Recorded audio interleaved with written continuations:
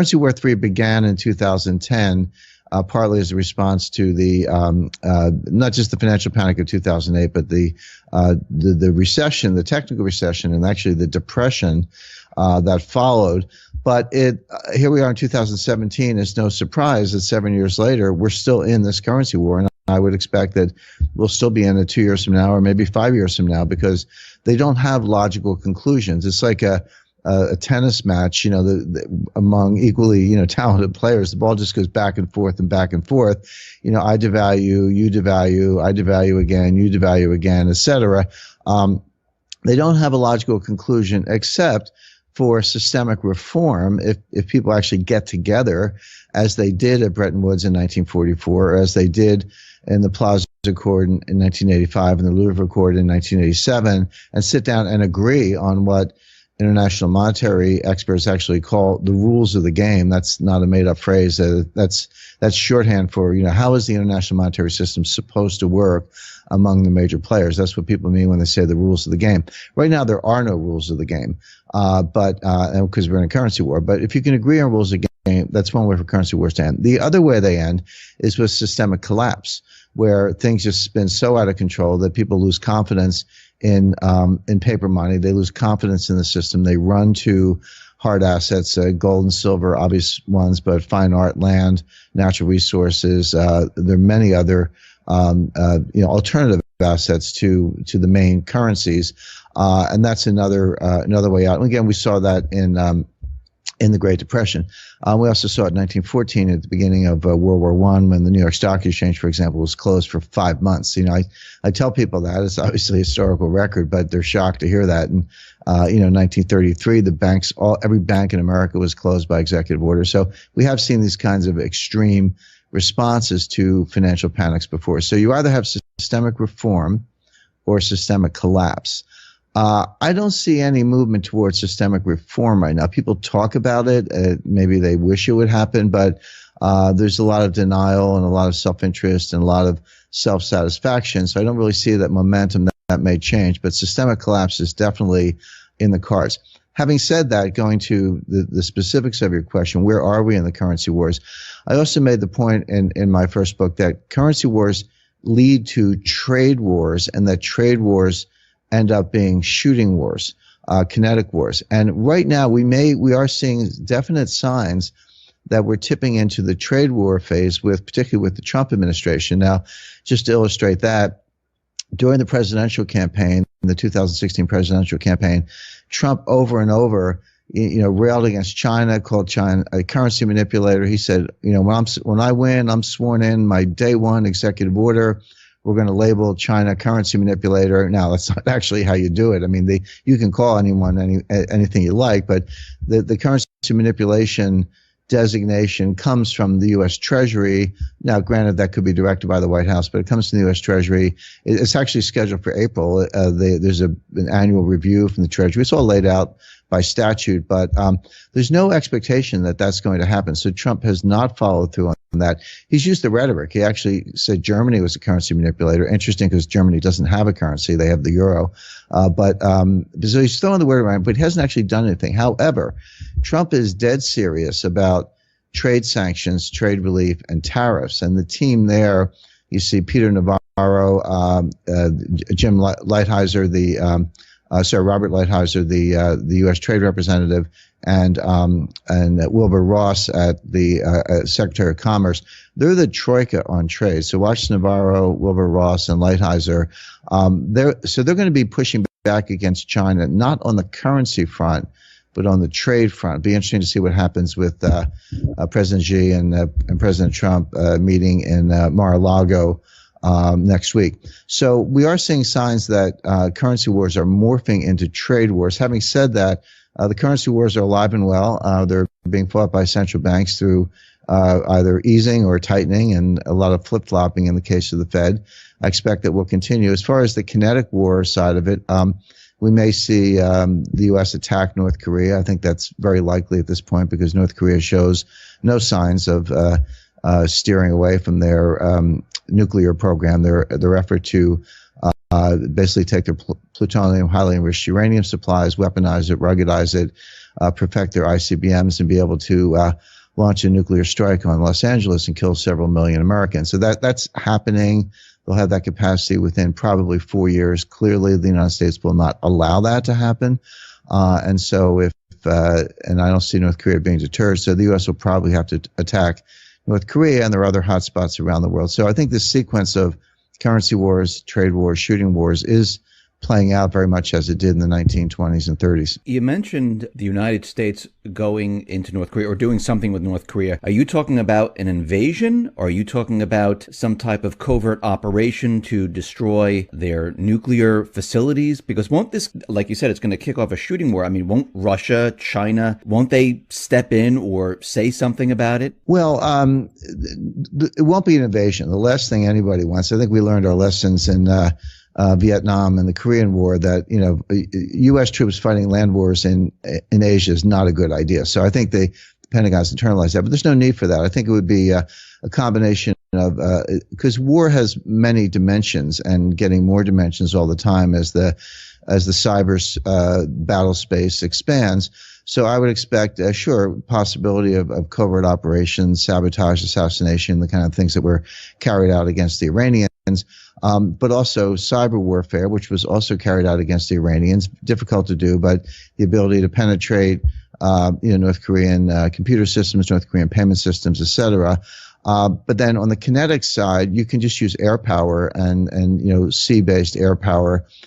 We have bunker buster bombs, but you might see tactical nuclear weapons for the first time since World War II at Nagasaki and Hiroshima. You might need tactical nuclear weapons to really destroy the program. There's an old saying in geopolitics: if you're going to kill the king, don't miss. In other words, if you're going to do it, do it. There's nothing worse than an attempted assassination or attempted decapitation where you fail to do the job and end up being on the wrong side of the pushback. So again, I wouldn't rule out the use of tactical nuclear weapons in North Korea, but hopefully that wouldn't be necessary. But the third vector, and this is happening now, is financial warfare. And financial warfare is not just sanctions. It's actually a form of warfare, but you carry it out through financial means. This is what I actually talked about in all of my books. The first two chapters of Currency Wars, the first two chapters of The Death of Money, which came out in 2014, New York Times bestseller. And I touch on it again in my most recent book, The Road to Ruin. But that's already happening. Now, interestingly, we had a very tough regime of economic sanctions against North Korea early in the Bush administration, and they were actually working. We were putting the North Koreans' backs were to the wall. We were frozen assets in an entity called Banco Delta Asia, which was a North Korean North Korean intermediary.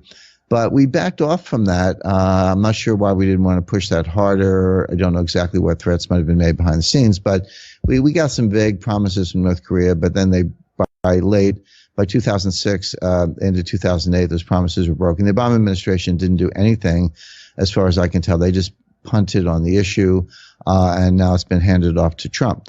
So again, North Korea shows no signs of backing away from that. But we just recently announced that North Korea was de-SWIFTed. Now, just to explain that term, SWIFT is the Society for Worldwide International Financial Telecommunications. It's the central nervous system of the global financial system. It's a system based in Belgium through which all financial message traffic, not all, but almost all important financial message traffic moves. Getting kicked out of SWIFT, and that's what we mean by de-SWIFTing, it's like cutting off oxygen to a patient in intensive care. I mean, they're basically going to be financially strangled.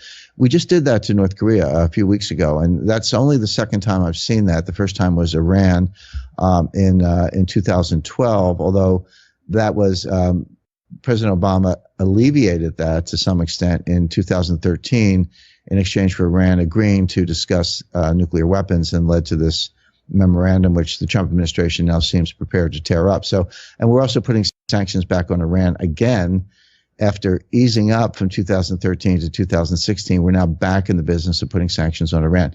So this is the financial warfare space. So you have special operations, cyber warfare, financial warfare, and combining the two, cyber financial warfare, and then possibly air power, all designed to either deter or degrade the North Korean nuclear program. Now, you mentioned the SWIFT program, and Russia came out with an announcement that they're ready to separate from the SWIFT system. And I know China is also working on a separate payment system. In your view, why are they doing this? Well, because they know it can be used against them, and it is very effective. As I say, it's like cutting off the oxygen supply is not overstating the metaphor, so to speak. Look, we've already put Russian sanctions on Russia, but there's a financial war going on between Russia and the United States right now. If you were in a war with the United States, you would fight it aggressively and you would make preparations for worst case scenarios. And by the way, this announcement, the one you refer to, came from Elvira Nabiullina, who's the head of the Central Bank of Russia. In my opinion, she's one of the two best central bankers in the world. I would say the other one's Mario Draghi, but head of the ECB. But Mario Draghi and Elvira Nabiullina, in my view, are the only two central bankers who actually understand central banking. It's very clear that Janet Yellen and before her Ben Bernanke don't understand central banking. They've kind of bumbled through a bunch of egghead science experiments the last 9 years. But Nabiullina gets it, and so she's it's preemptive. She's saying, well, we don't think Russia's going to get kicked out of SWIFT imminently. I don't think they'll get kicked out at all. I mean, there is a kind of a board of governors. There's a governance structure. It's not anything the United States wants. Now, the U.S. has a very, very powerful voice. And before we de-SWIFted Iran, we kicked Iran out of the dollar payment system. When I say kicked you out, what I mean is we say to all the banks, hey, if you move money for Iran, we're going to kick you out.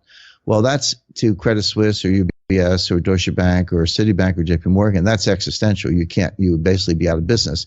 And so they have to comply, and they don't always comply. And there have been tons of investigations and multi-billion-dollar settlements and deferred prosecution agreements over banks violating some of these, prominently HSBC, but also others. HSBC seems to be JP Morgan kind of run like criminal organizations as far as I can tell. But so we say to the big banks, if you let Iran, in this example, or Russia or North Korea move money through this system, then we're going to kick you out of the system. And obviously they can't afford to let that happen. So that was easy for the United States because we control the dollar payment system. But you get over to SWIFT, see what Iran did is they said, okay, we can't sell oil for dollars anymore because we can't receive dollars through the payment system. We'll just sell it for euros or Swiss francs or other currencies that you might want, and they could move through SWIFT. So then we kicked Iran out of SWIFT. But to do that, we need the votes of the other members of the board, which are mainly our European allies, Germany, France, UK, and some others. And at this point, you sort of need China to go along as well. So I think it's unlikely that Russia would be kicked out, but they're not waiting around to find out the hard way. They're saying, okay, you cut off our oxygen supply. We got a spare oxygen tank over here. And they've built an alternative payment system, and China's doing the same thing.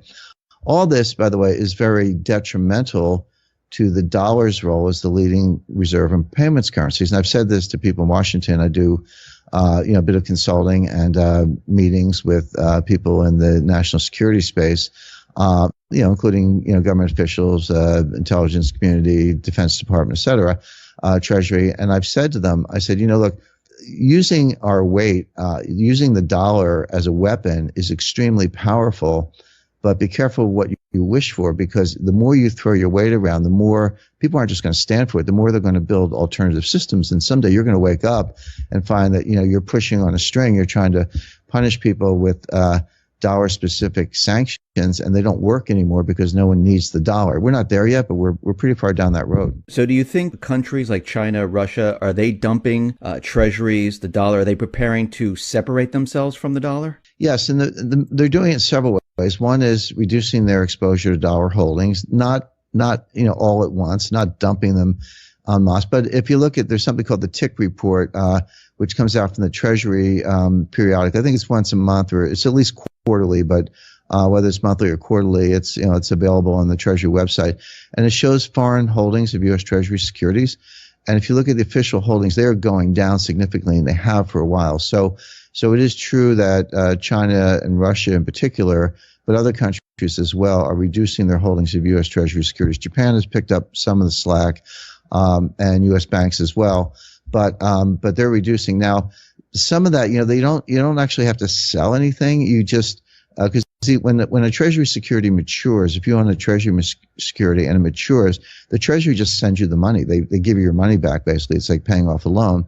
Well, so you don't actually have to sell anything. You just have to sit there and do nothing, and your holdings will go down as long as you don't reinvest in more Treasuries. And that's what's happening. They're reinvesting in euros, they're reinvesting in other securities.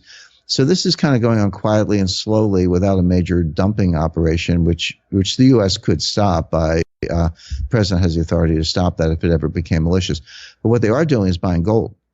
Now, China, I'll separate the official numbers from what we actually think is going on.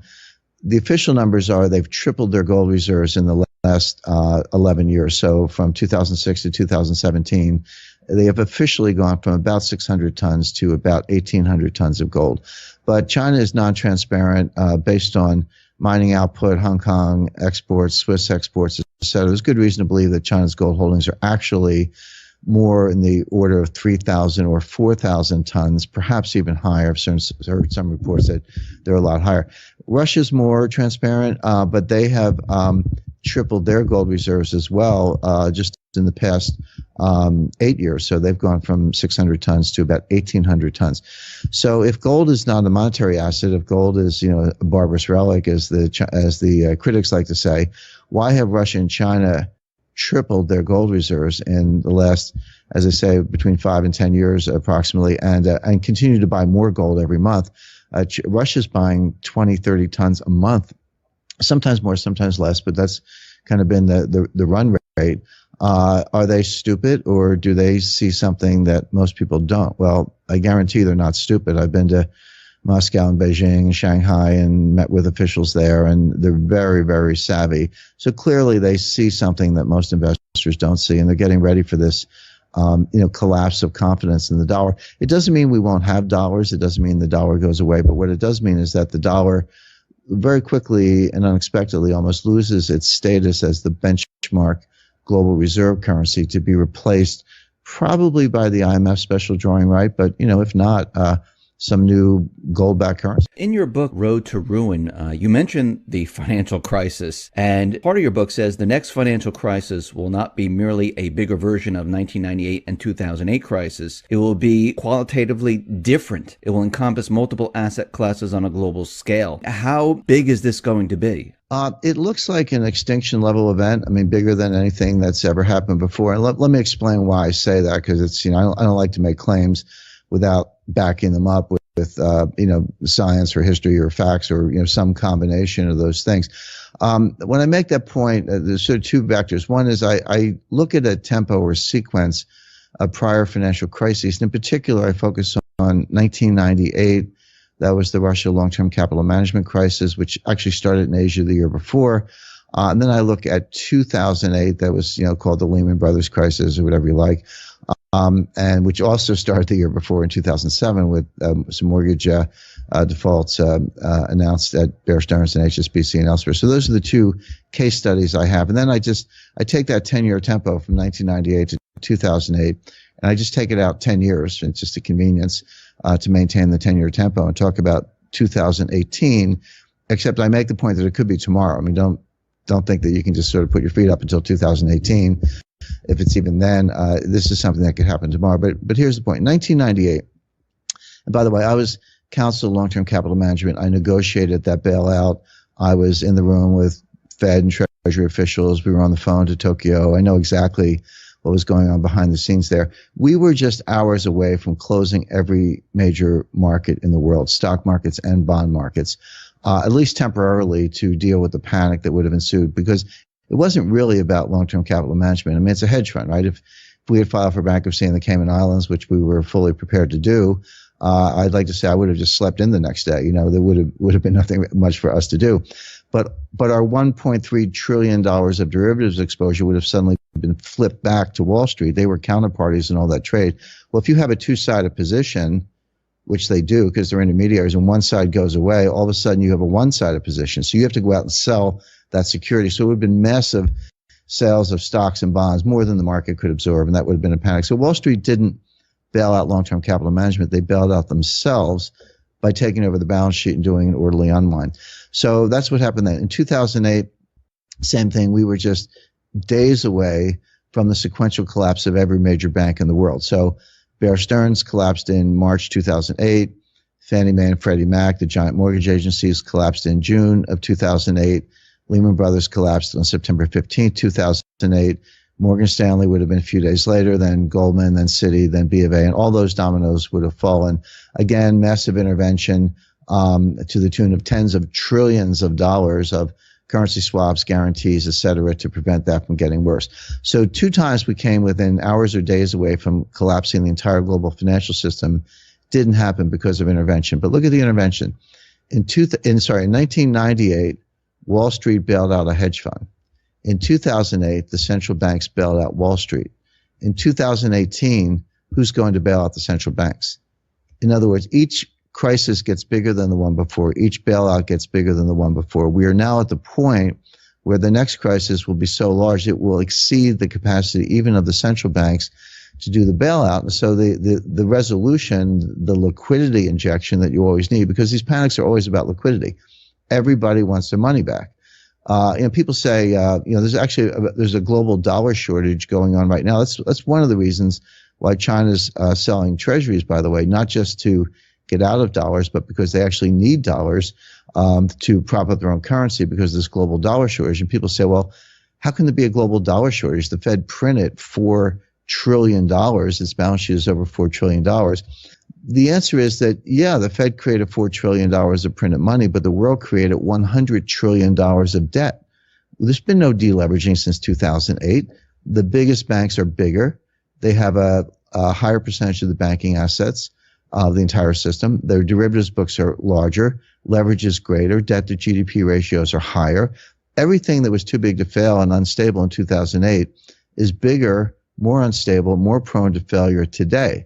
And just to kind of round out the discussion, when you use complexity theory, which is the branch of science that I use to build these models, and the central banks do not use them, they're using obsolete stochastic general equilibrium models. But when you use complexity theory, one of the things you learn from complexity theory, is very sound science, is that the worst thing that can happen in a system, the worst collapse, is an exponential function of scale. Now, that's just a fancy way of saying that the risk goes up faster than the size of the system.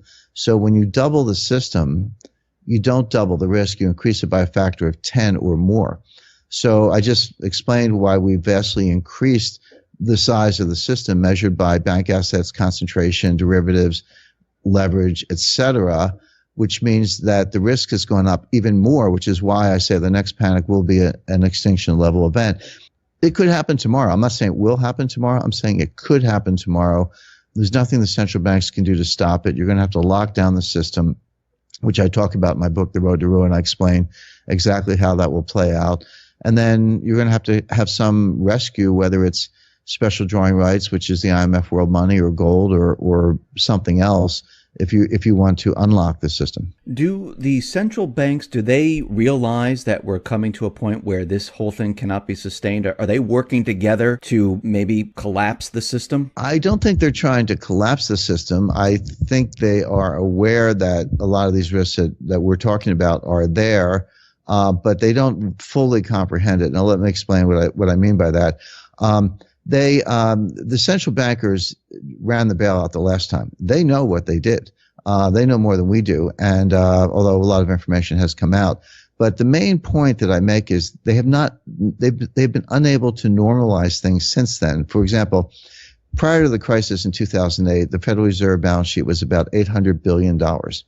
In the course of trying to mitigate the crisis, they increased the balance sheet to over $4 trillion, and they cut interest rates to zero and held them there for 7 years. Now, if somehow they had got the balance sheet back to 800 billion or even $1 trillion and got interest rates up to 2.5%, which is what the Taylor rule says they should be, I'd be the first one to congratulate them. I say, nice job, guys. You saved the world and you got back to normal. But that didn't happen. They're still at $4 trillion. Interest rates are, okay, they've crept up to 0.75%, but they're still well below where they would be at this stage of the business cycle. So they have not been able to normalize their balance sheet, and they have not been able to get interest rates back to where they want. So what are they going to do if the crisis hit tomorrow? Take the balance sheet to $8 trillion? 12 trillion? I mean, what's the boundary? Well, legally, there is no boundary. They could, in fact, do that. But in my view, that's not sustainable, and they know it. There's an invisible confidence boundary. There's a point at which people are saying, this is crazy. I'm out of here. I no longer have confidence in the dollar, whether it's foreign creditors, U.S. citizens. People just run to the alternatives, and we know what they are. It's gold, silver, land, fine art, natural resources, hard assets of various kinds, or Switzerland, or take your pick. But they're out of the dollar, and so I think the central bank has an intuition about that, even though they're not using the same models I'm using. And so what they've done to address this instability and this risk is called macroprudential regulation. It's another one of these geeky terms they come up with. But for example, they've increased capital requirements from roughly 4% up to 8%, sometimes higher. Is that a bad thing? Well, it's not a bad thing, but it's not enough. The thing about bank capital, unless it's 50% or 100%, that's different. But when you're talking about going from 4% to 8%, if you don't need the capital, you can have almost zero. If you do need the capital, no amount is enough. In other words, in a steady state, when everyone's confident and everyone thinks the banks are fine, you actually don't need that much capital. But when there's a panic and everybody wants their money back and you do need the capital, 8% is no better than 4%. It might buy you another couple of weeks before the bank goes to zero, but the point is it's going to zero very quickly at an accelerating rate.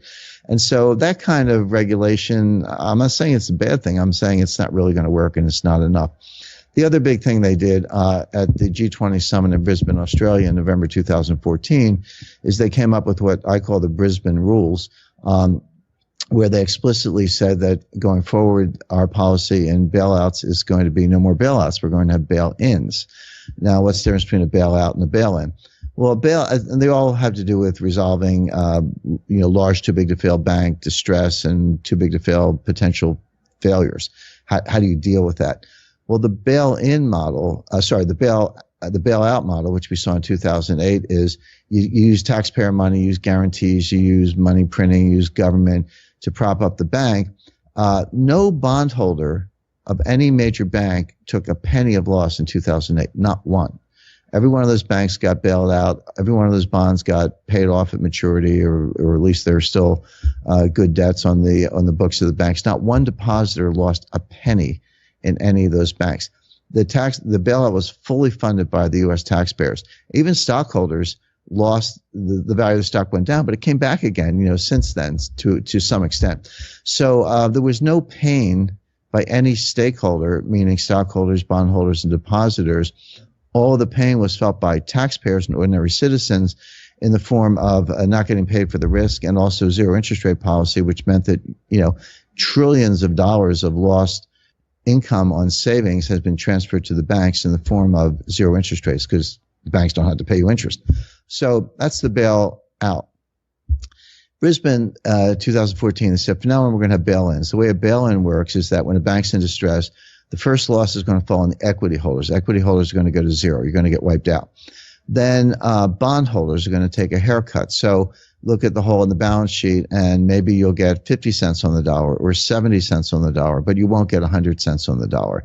And then finally, depositors will not be protected above the insured amount. So let's say FDIC insurance, $250,000. In Europe, it's about 100,000 euros. That amount will be backstopped, but anything in excess of that, you're at risk. And so the depositors, bondholders, and stockholders will all suffer. Only after all of those resources have been exhausted would any taxpayer money be used. So that's the so-called bail-in. Now, on the face of it, it sounds fair, it sounds reasonable, it sounds equitable. Why not put the losses where they belong, in the hands of the people who benefit and the people who had the upside? And why go to the taxpayers? Sounds good.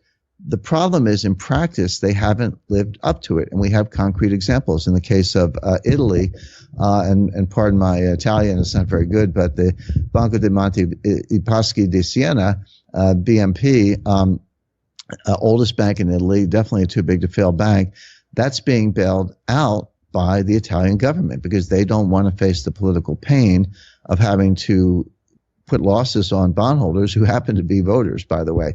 Well, Angela Merkel was outraged by this. Chancellor of Germany, she turned to the Italian prime minister at the time, Renzi, and said, "You can't do this. Remember, we agreed no more bailouts. We only have bail-ins."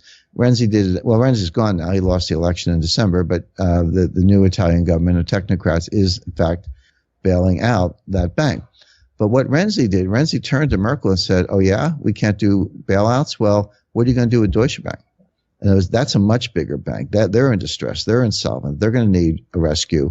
And are you seriously going to apply the bail-in rules to Deutsche Bank and let German working people suffer losses on their deposits just because they're more than 100,000 euros?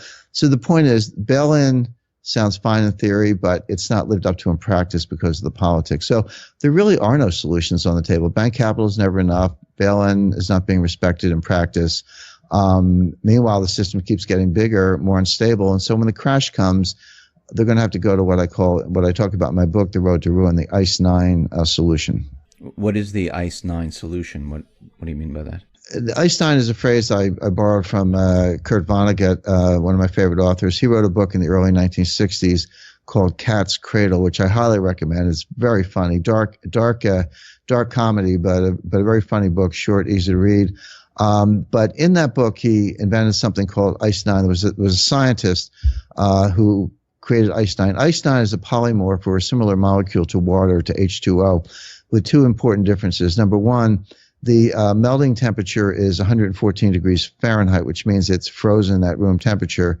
And number two, when a molecule of H2O, water comes in contact with a molecule of ICE 9, the water turns to ICE 9, which is ice, basically, so at room temperature. So he took this ICE 9, put it in vials, 3 vials, gave it to his 3 children. And the plot of the book has to do with whether any of them open it and pour it. If you pour the ICE 9 into a stream, the stream freezes, then the harbor freezes, then the ocean freezes, and all the water on the earth freezes, and life on earth dies. In other words, it's a doomsday machine.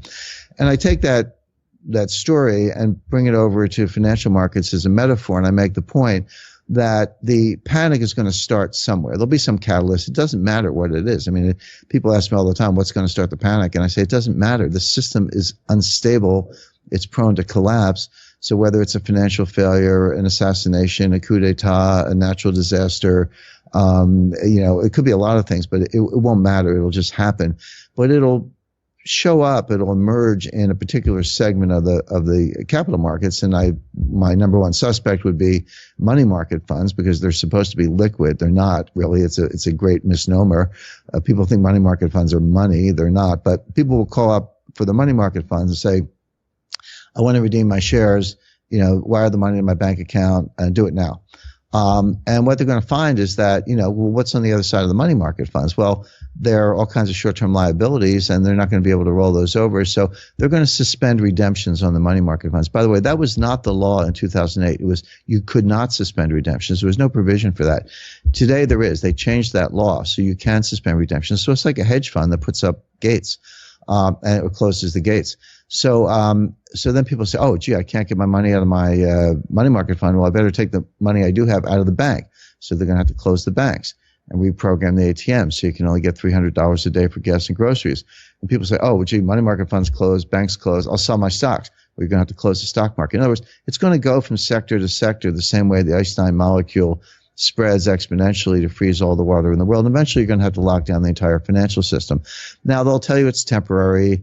And like I say, you'll probably be able to get a couple $100 a day for gas and groceries from the ATM while they're working on a solution. The solutions being the ones we mentioned earlier, which are, resetting or rebooting the international monetary system, new rules of the game, SDR, liquidity, maybe a gold standard, maybe a hybrid gold-backed SDR. But whatever it is, these things will take months to work out.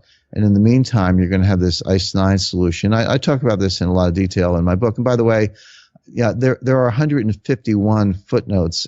Actually, not footnotes; they're endnotes. They're notes, but they come at the end, so you don't have to read them if you don't want to as you're going through the book. But everything I'm describing is documented, backed up, supported either by science. I put the equations in the endnotes, or official documents, statements. You can find it all. None of it is fantasized. None of it is Jules Verne science fiction. It's all happening. It's already happened to some extent. We've seen it in Cyprus. We've seen it in Greece. We saw it in India with demonetization. Europe got rid of the 500 euro note. This is all part of the war on cash. The war on cash is designed ultimately to eliminate cash, to force everyone into all their wealth into digital form. And I like to make the point that before you slaughter cattle, you have to herd them into a pen. And before you slaughter investors, you have to herd them into a digital pen at one of these major banks. And once all the wealth is digital, it can be frozen, locked down, confiscated, taxed, monitored, et cetera.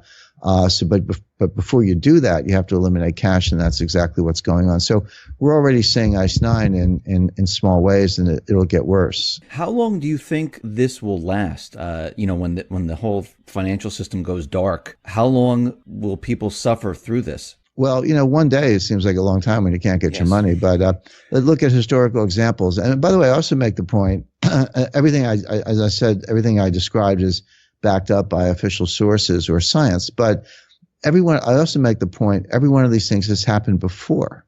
So the New York Stock Exchange was closed from July to December 1914. And it was a global financial panic at the time. 5 months, the New York Stock Exchange was closed. People actually went out on the street, on New Street, and they traded shares by hand. Cash. Bring your cash, bring your shares, and sign them over. It was called the Curb Exchange. In 1933, President Franklin Roosevelt shut every bank in America by executive order. Just said every bank is closed. He didn't say when they would reopen. In fact, they did reopen about 8 days later, but nobody knew when they were going to reopen. That was before the days of ATMs, obviously. You couldn't get your money. In the Great Depression, there was such a shortage of money that people invented wooden money. It was called the wooden nickel. When I was a kid, there was an expression, don't take any wooden nickels. But in the 1930s, small communities would create wooden money, and you would use it for local merchants, and everybody would trade it with each other because it's all the money they had. They made money out of wood. So the point is, all these things have happened before. Now, I would expect that, we have another concrete example. I make the point, none of this is speculation. In 2009, in response to the panic, the IMF did issue special drawing rights in August 2009. Pardon me, people say, where did these special drawing rights come from? And they knew, no, they've been around since 1969. So they've been around for, almost 50 years. And they have been issued from time to time, usually associated with market panics and liquidity crises. The last time they were issued was August 2009. Now, that panic, the acute stage of that panic was September 2008. That's when Lehman Brothers filed for bankruptcy. So it took 11 months to issue the SDRs. Well, even if you put that on an accelerated timeline, next time, because the panic will be worse, I don't see how you could do it in less than, I'll guess, but 5 months or 6 months. Certainly a new international monetary order. Bretton Woods, the actual meeting at Bretton Woods just took a few weeks in June 1944, but they've been working on it for 2 years. Britain and the UK in particular, under the direction of Winston Churchill and Franklin Roosevelt, have been working on it for 2 years. So these things can't be done overnight. But even on a crash basis, if it took, no pun intended, but if it took 3 to 6 months, that's a long time for the system to be shut down. But I think that's a reasonable forecast. What will the United States look like after this? I mean, you're talking about SDRs. Will the dollar still be in existence? Will we still have our way of life? Will everything go back to normal? Probably not. I think the dollar will still be in existence, but it'll be a local currency, not the benchmark global reserve currency. I would expect the new benchmark global reserve would be the special drawing right, or maybe gold, or a new gold-backed currency, or a gold-linked SDR, or else the whole system will splinter and we'll have autarky, and every country will, be on its own with its own currency, and globalization will, kind of grind to a halt. But we'll still have dollars, but it'll be a local currency. If I go to Turkey today, I'm going to get some Turkish lira, and if I go to Mexico, I'm going to get some Mexican pesos. Well, if you come to the United States, you'll want some dollars, but it won't be used for the big things, settlement of balance of payments, reserve positions of major countries, payment for oil, things of that type, direct foreign investment. That would all be done, I would expect, either in SDRs or a new gold-backed SDR of some kind. As far as life, it's interesting. I say if you want to know what's going to happen in 4 years, read my books. But if you want to know what's going to happen in 30 years, there's an author named Lionel Shriver. She's a novelist, very accomplished, well-known novelist. But a lot of times fiction writers come closer to the truth than economists. Everything from Isaac Asimov, 2001 to Jules Verne and others. They've done a pretty good job of predicting the future. But she's a novelist. She has a book called The Mandibles, which I highly recommend. Great novel just on its own, but it's about life in a post-financial collapse world. And the point is, life goes on. I mean, it's not the end of the world. It's not like getting hit by an asteroid, but it's different. So it's not the end of the world, but it's the end of the world as we know it. And, people still go to the store, but, there's crime is rampant. And if you want police protection, you have to pay for it. And you get to the store, they have certain things, not others.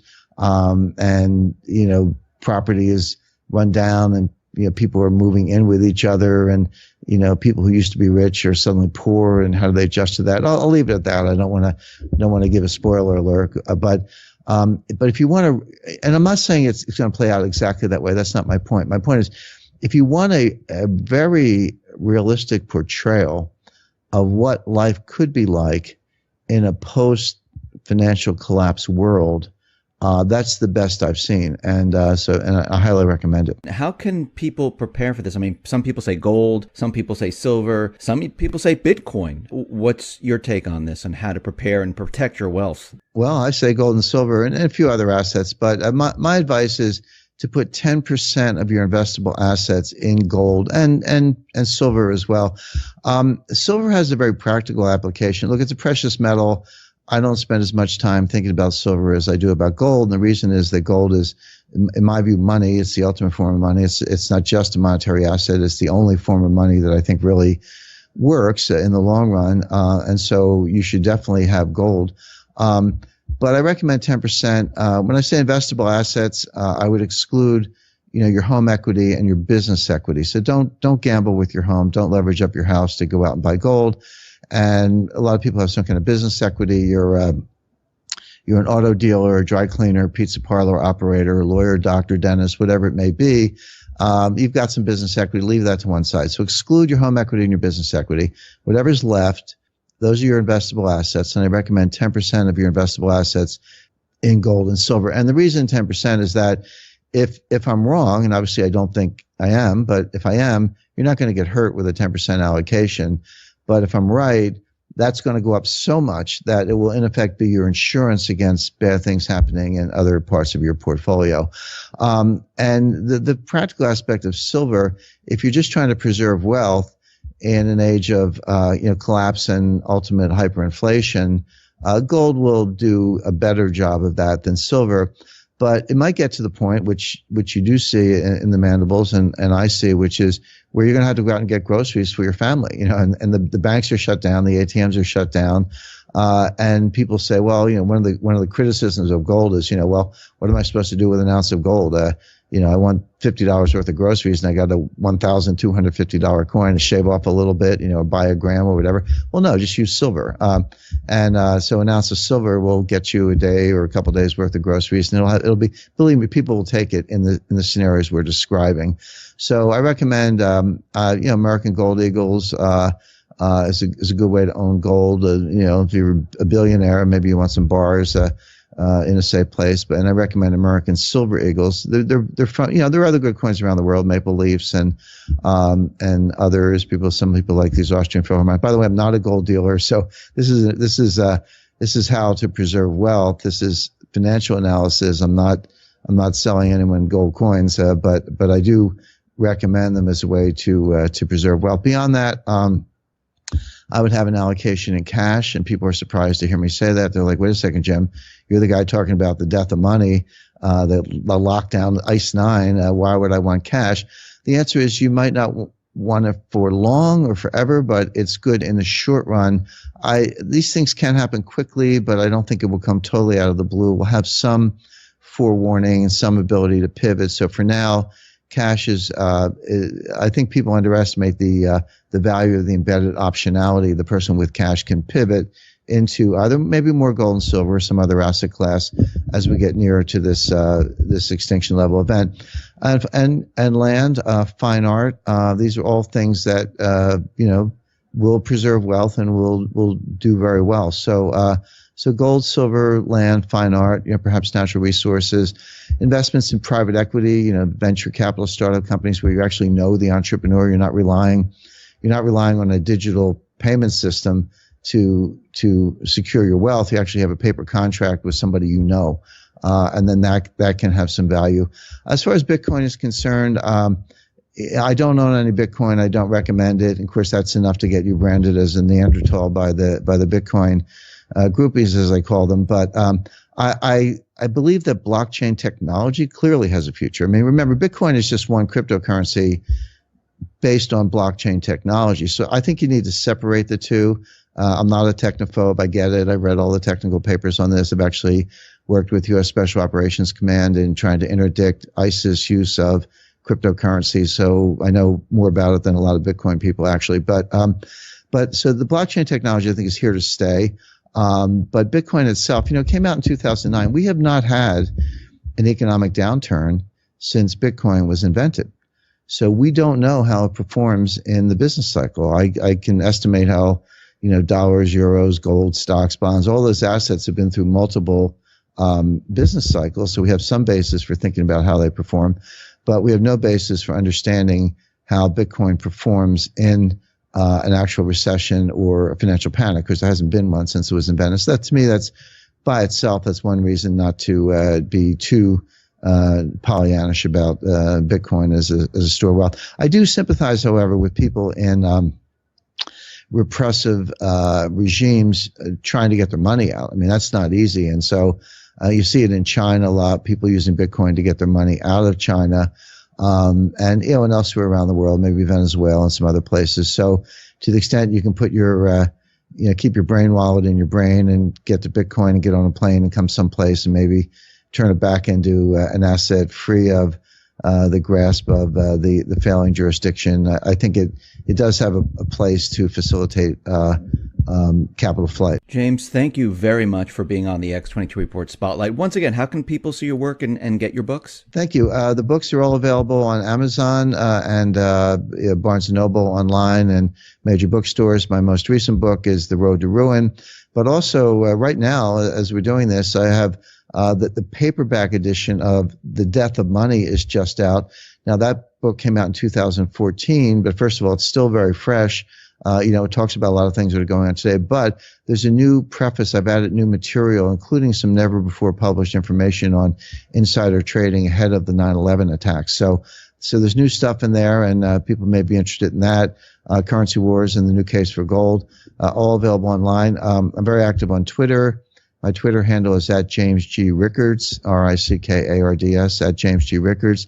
And my official website is thejamesrickardsproject.com. Thank you very much once again for being on the Spotlight. I really appreciate it. Thank you.